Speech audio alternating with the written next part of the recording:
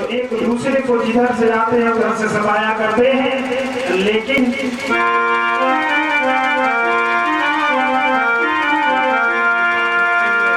रहे पर जा बहुत सताई दिल में हर सहाई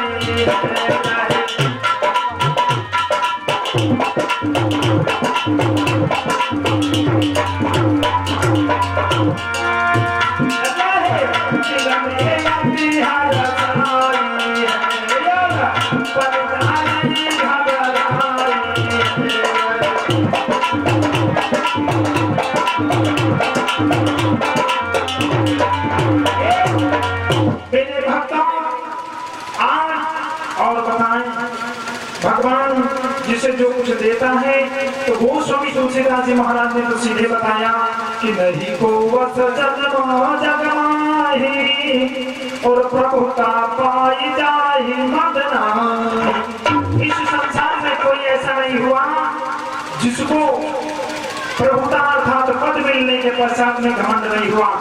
किसी के पास ताकत है तो उसे ताकत का घमंड, किसी के पास भगवान ने पैसा दे दिया तो पैसे का ही घमंड, किसी को भगवान ने सुंदरता दे दी तो सुंदरता का घमंड, और किसी को भगवान ने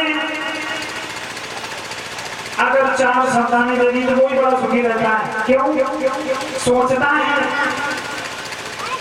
कि जिसके 4 लाठी होती है उसी की भैंस होती है। सोचा करते हैं अगर कभी लड़ाई हुई तो हमारे अगर 4 बेटा घर निकल पड़े,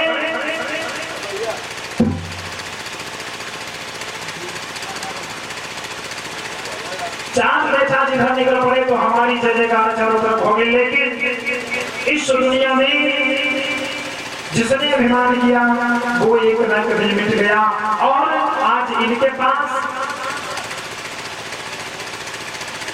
जब अपार शक्ति है, शक्ति का अभिमान है, ताकत का अभिमान है। और मेरे भक्तों बताया जाता है, और अभिमानी इंसान कभी अपनी जिंदगी में सुखी नहीं रह सकता। अभिमानी इंसान कभी अपनी जिंदगी में सुखी नहीं रह सकता। और मेरे भक्तों बताया जाता है, जिस इंसान को इस दुनिया में 4 सुख मिल जाए समझ लो उससे बड़ा इस संसार में सुखी कोई नहीं है। 4 सुख बताया,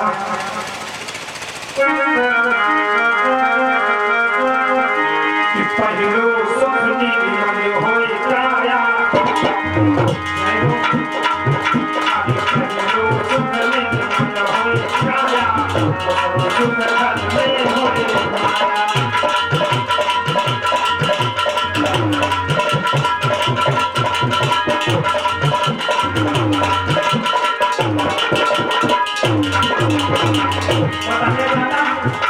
पहलो सुख निर्मल हो काया, दूसरो सुख घर में हो माया।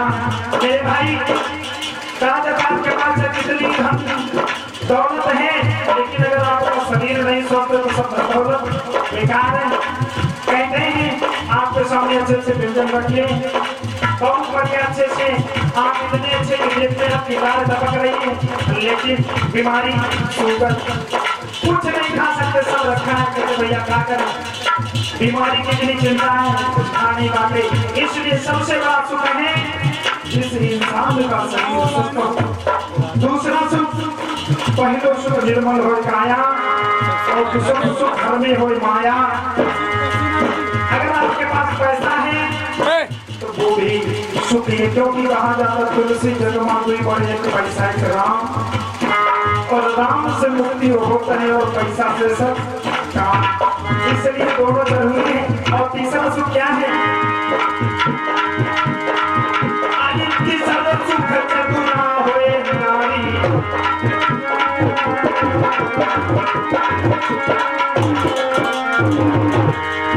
आदित्य सब सुख चतुरा होए नारी, 14 सुख तया क्या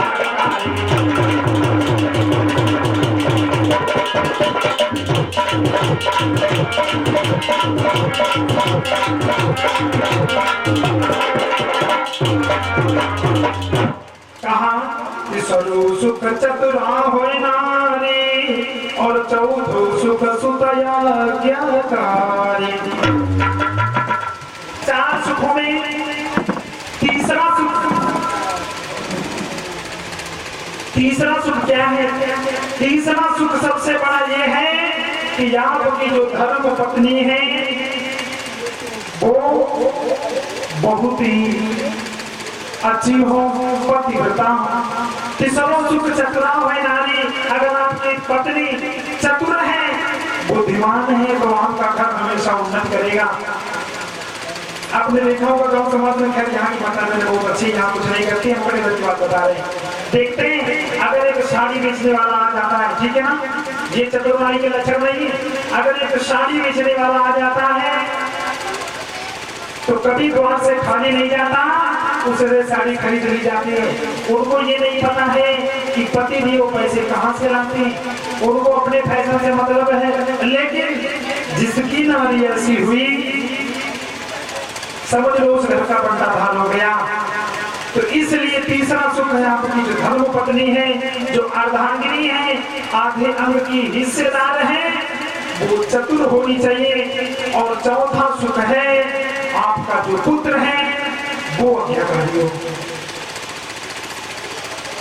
इस संसार में बताया जाता है सबसे बड़ी बात ये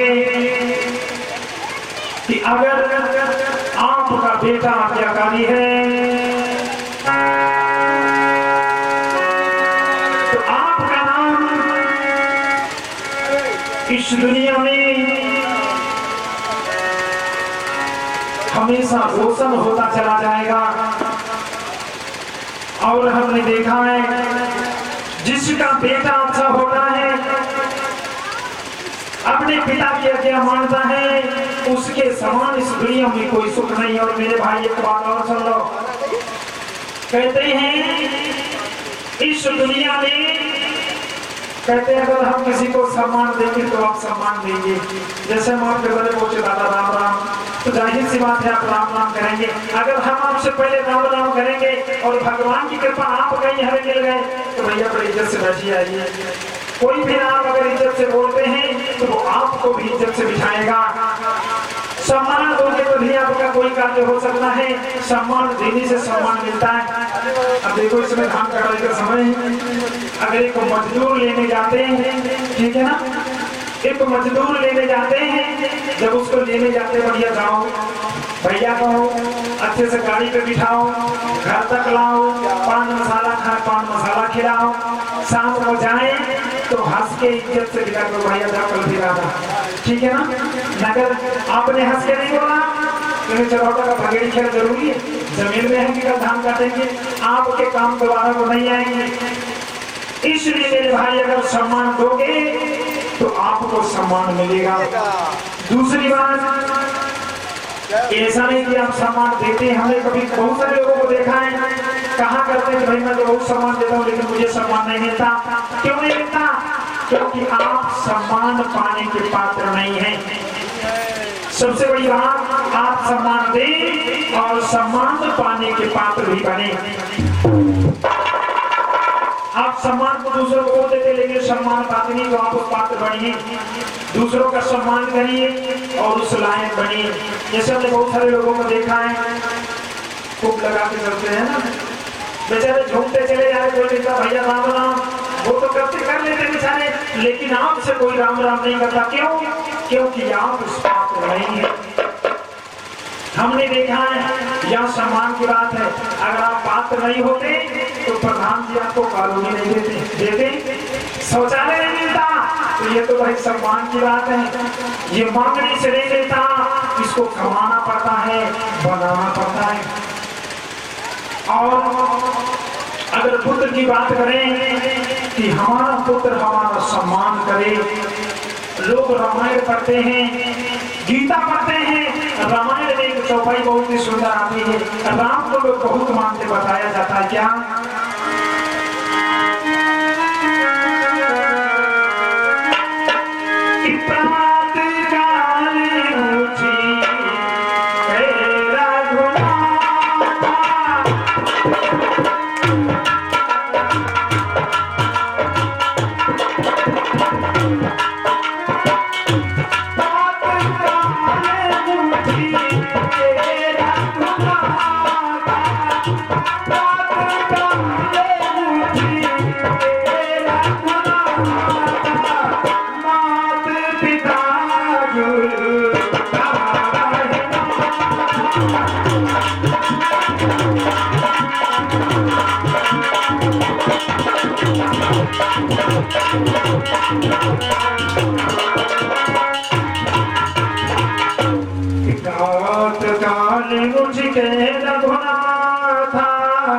और मात पिता गुरुना महिमा था। मेरे भक्त मेरे रामचंद्र जी का ये नियम था कि सुबह उठ करके अपने माता पिता फिर गुरु को प्रणाम करते थे। और आप चाहते हैं कि हमारा बेटा हमारा सम्मान करे, सुबह उठ करके हमारे पैरों को स्पर्श करें, तो उससे पहले आप अपने माता पिता के पैर छूना सीखें। क्योंकि अगर आप अपने माता पिता के पैर नहीं छूते तो वो एक बेटा कभी आपके पैर नहीं छू सकता।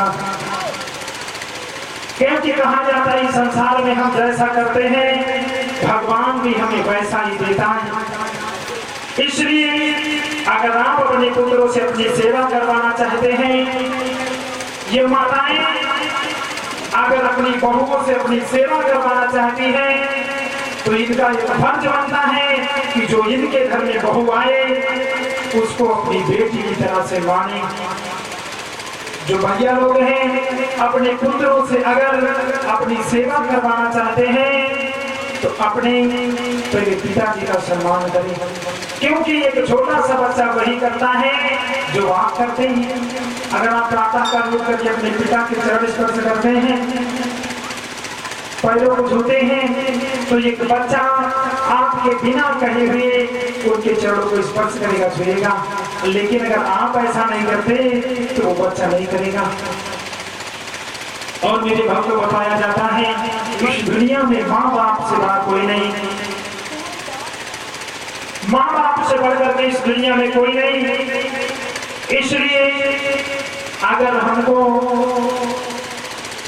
परमपिता परमात्मा को प्राप्त करना है, अपना नाम इस संसार में कमाना है, तो हमारा एक फर्ज है कि हम अपने पिता और माता की सेवा करें। मेरे भक्तों, ये फलाने का लड़का जा रहा है, देखो एक बात बता दें, आपकी उन्नत तब होगी, आपके पिता का नाम इस दुनिया में तब रोशन होगा, एक पिता को तब खुशी होगी जब ये दुनिया वाले कहें कि ये लड़का जा रहा है। और जब आपके पिताजी निकले तब अगर दुनिया वाले कह दे भाई ये दीपक के पिताजी जा रहे हैं, ये कुलदीप के पिताजी जा रहे हैं, जिस समय वो बाप ये वचन सुनता है मेरे भाई उसका सीना धड़कन हो जाता है, इतनी खुशी होती है उसे, शायद वो खुशी उसे जिंदगी में कभी नहीं मिली होगी। इसलिए मेरे भाई अगर अपनी जिंदगी में कुछ चाहते हो, अपने माता पिता को सुख देना चाहते हो, तो मेरी एक विनती है, निवेदन है कि इस दुनिया में माँ बाप से बढ़कर के कोई नहीं। अगर माँ बाप ने आपको आशीर्वाद दे दिया कि बेटा तू दुनिया में नाम कमाएगा, तो उससे रोकने वाला कोई नहीं। इसलिए मेरा कहना सभी से, और सभी ये करे नहीं, इतना नहीं कि सुने बल्कि इसको करे भी, क्योंकि एक बाप को जितनी खुशी तब होती उतनी खुशी कभी नहीं हो सकती। क्योंकि किसी ने कहा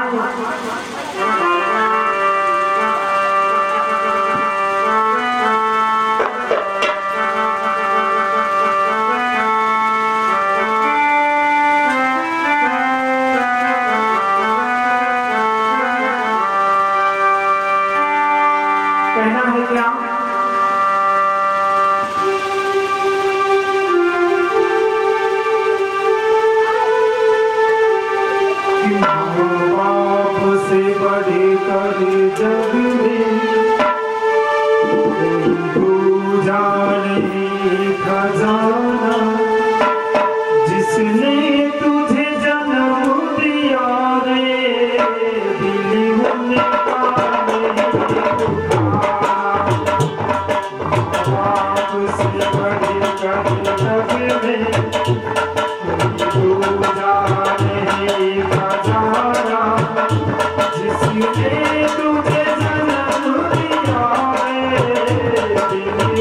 का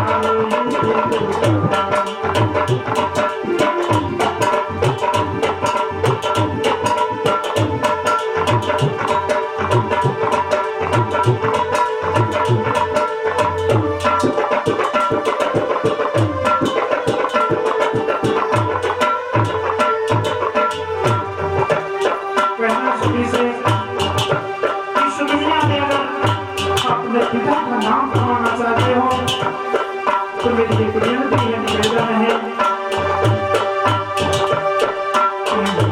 आपसे बढ़कर जग में कोई दूजा नहीं बनाता, जिसने तुझे जन्म दिया रे, उनका रे जुबान।